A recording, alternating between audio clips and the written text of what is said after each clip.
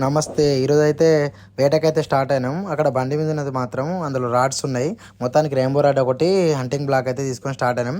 మనకు వేటకెళ్ళినప్పుడు చేపలు పట్టేటప్పుడు గాలానికి వెయిట్ తోటి పడితే చేప గుంజేటప్పుడు ఆ థ్రిల్ వేరే తీరు ఉంటుంది.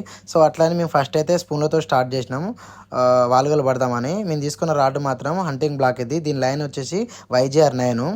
సో బైట్ కాస్టింగ్ మాత్రం మనం ఫింగర్ తోటి అయితే ఆపరేటింగ్ చేయాల్సి వస్తుంది. అక్కడ లాక్ సిస్టమ్ ఉంటుంది.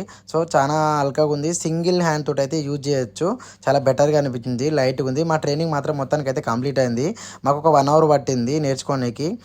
2-3 టైమ్స్ అయితే చిక్కుగిన పడింది. అది బయటికి అయితే గుంజినాం, పర్లేదు. మొత్తానికైతే మొత్తానికి మాత్రం బైట్ కాస్టింగ్ తోటి అయితే నాగిన ఏనీకి వచ్చింది. ట్రైనింగ్ అయితే కంప్లీట్ అయిందని అనుకోవాలి.